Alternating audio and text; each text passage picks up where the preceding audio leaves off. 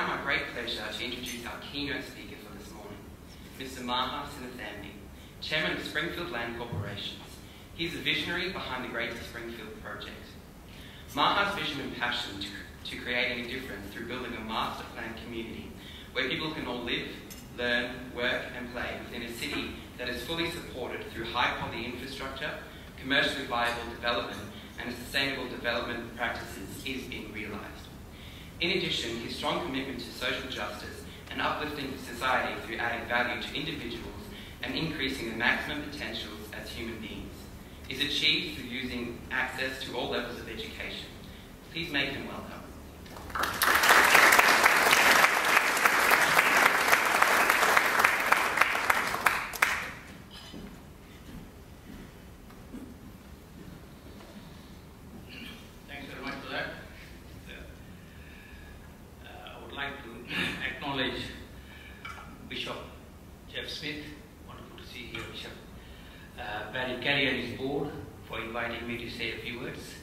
And also I would like to acknowledge the previous speaker, Thomas Paul, wonderful Paul. You've done a good job. Really inspired a few of the students here. Distinguished guests, ladies and gentlemen. I'm delighted to be with all of you here today. But can I say that I'll be even more delighted if at the end of my talk you could take something that might add value to yourselves. My subject today is, you are the creator of your own destiny. And while talking about this, I'll be placing a lot of emphasis on education and how it can help you with that. First, let me start off by saying what a great, great country we live in. A country which is 2/3 the size of India and China combined. China and India has a total population of around about 2.4 billion. We have a population of around about 23.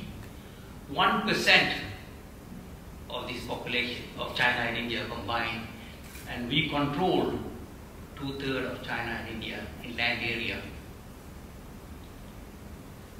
A country with unlimited resources, natural resources, which the world needs very, very badly.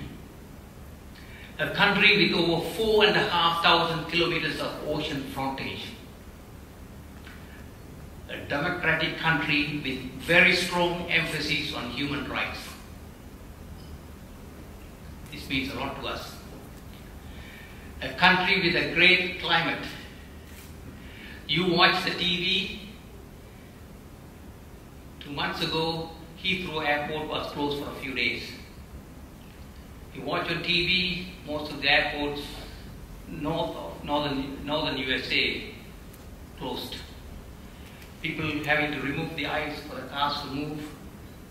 Some of the ports have been locked up for 2 to 3 months. What a great country we live in, friends. What a great country we live in. We all have no excuse but to make it. Just go and make it. What else do you want? We are the envy of the world. Everybody in the world must envy us. It is here that I want to emphasize about our most valuable resource being our human resource. We've got to enhance our human capital. And it is here that I would like to talk to you about education, and education being a very powerful support to enhance our human capital. It is through education and education alone that we can bring this country to be the #1 in the world. Why not? What's that to stop it? What's that to stop it? It's only us. Let's go for it. No one can stop you from being whatever you want to be. Friends, I say, you are the creator of your own destiny. Nothing in this world can stop you from being whatever you want to be, provided it is legal. I'm so pleased to see so many educators here today who have given a lot of their life to educate our society. Can I say, friends, education is the currency of the future. It is the only currency that you can take anywhere in the world and Whether you go to London or Beijing or Delhi or New York, you can cash it 24 hours a day. It's the only currency that cannot be stolen from an owner. How do you like that? Nobody can steal it. It's your currency. You can take it anywhere you like and cash it, and nobody can steal it. Thomas Jefferson, the third president of the US, said, "Education is the nation's best defense." With all this, let us drive education very hard. We owe it to ourselves to drive this education vehicle very hard. At Springfield, education is very, very important. That's a cornerstone of Springfield. Last year, we had 8,700 students. This year, we have 10,300 students. 44.6% of the resident population of Springfield are students. Now, where do you have this in this country? That is just 1 out of 2 residents are students. Roughly 1 out of 2 residents are students. Ask my friend Terry Carney. Give him a hard time. He's out there driving education very hard. Give him a hard time.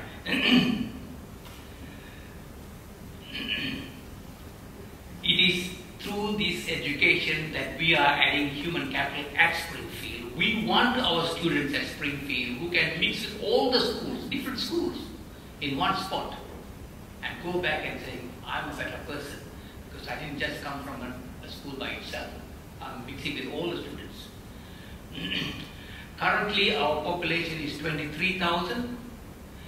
It is planned to grow to 105. We have all the approvals in place. And on the current ratio of 1:2, roughly 1:2, just slightly less than 1:2, our student population will be about 45,000 by 2030. Nobody believes me. Nobody will still believe what I'm saying, but that's up to you. We've got to prove it. Nobody believed what we did at Springfield. But we are aiming for 45,000 students by the year 2030. Just watch the space. Last year, the student numbers grew by 18%, and it's growing faster and faster. Having said how important education is, I just want to tell you, it is not education alone that's going to give you success. And here, I like to quote the 30th President of the United States, Calvin Coolidge, who said, some of you may not like this, "Nothing in the world can take the place of persistence. Talent will not. Nothing is more common than unsuccessful men or women with talent. Genius will not. Unrewarded genius is almost a proverb. Education alone will not. The world is full of educated derelicts. Persistence and determination alone are omnipotent. The slogan, 'Press on,' has solved and always will solve the problems of the human race." Friends, Calvin Coolidge was also an educated person, but he says that. So beyond education, have the strong persistence to survive. It is education and the never give up attitude that has brought Springfield to where it is. I have had many failures in life. Some of you have done very well at school. Well, I did. I was a mediocre student at school. I did engineering at the University of New South Wales and I failed. And I have failed in many other things in life. But friends, it's a failure that's the best teacher. Having failed, you learn a lesson out of it. And you become stronger and stronger and stronger. And you become more resilient. And you become more determined. And you become more relentless. They are hard chaps to beat. In government circles, friends, they talk about public-private partnership, the 3 Ps. But ask Terry Carney, our 3 Ps are just persistence, persistence, and persistence, and a tenacity, and a never give up attitude. That's what we drive to our students. That's what's very important.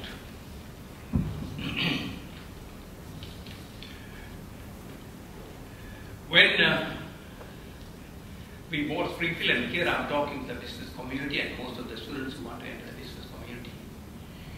Can I tell you this, that the land of 7,000 odd acres, 2,860 hectares, was in the market for 9 months. None of the major companies in Australia, much more financial than us, with a lot more experience, did not want to touch it. They could see all the problems in the world there. It was, at that stage, in one of the most socially and economically depressed part of the country. High crime rate, high unemployment, a lot of social issues. The land was only about 10 minutes from the state prison and not far from the mental asylum. And all the companies said, why would we want to go into that? Only a third of the land could be developed because the balance of it was going to be for mining and other purposes. No freeway access to the land. So I rang the agent up. I said, my friend, what's happening? He said, nothing's happening. The poor bloke was waiting for his commission and nothing was happening. So I said to him, I haven't got much money. How about we do a deal? So those of you who are talking about going into real estate with no money, come and see me privately one day, not today. I will see you privately, I'll tell you a few things. Maybe I'll learn a few things from you. And so anyway, we contracted to buy the land. We didn't have the money, but we contracted to buy the land. And I then went and met my planner. I think he's the best planner in the country, together with my leading surveyor. And I said to him, chaps, we have contracted to buy this land. Can you tell me how it can work? They said, give me 2 weeks. They were actually sorry for me. I could see in their eyes, they were absolutely sorry for me. And they said, give me 2 weeks. We'll come back with an answer. They came back with an answer after 2 weeks, smiling. You know, they were very smiling, very happy. And I thought, oh, here's the answer. What's the answer, chaps? Wonderful. Chop it up into 40-acre parcels, 23 k's out of Brisbane. It will sell like that. You make 18 million bucks and disappear. I looked at them. They looked at me. They were hoping that I would tap them on the shoulder. I said, no, that's not what we are going to do. They were absolutely dismayed and disappointed. So the journey started. And here is where I would like to say something to all the students. Chase success, chaps. Chase the success and money will follow. Don't chase the money. Chase your success and money will follow. I repeat, chase your success and money will follow. I got here a friend of mine, John Braithwaite, whom I've known for a long time friend. John knows some of the sufferings that we've had. It's been painless, sleepless nights, and a lot of agony all the way. Too often, many of our companies chase immediate profits. They want quick profits. And we fail. Look at the stock exchange of 1980. And all the companies that have been listed in the stock exchange in 1980, and look at it what is today. Only 15% are there. All the others have been either swallowed up or have been disappeared. They have disappeared. They have all been as a result of wanting to make a quick buck. Always consider the philosophy, chase the success and money will follow. When we bought the land, or after having contracted to buy the land, we went up to the Moreton Shire and we said, the councillors, we want to have this land redeveloped in a certain way, and I didn't want to tell them the full story just in case they get a heart attack. And but they knew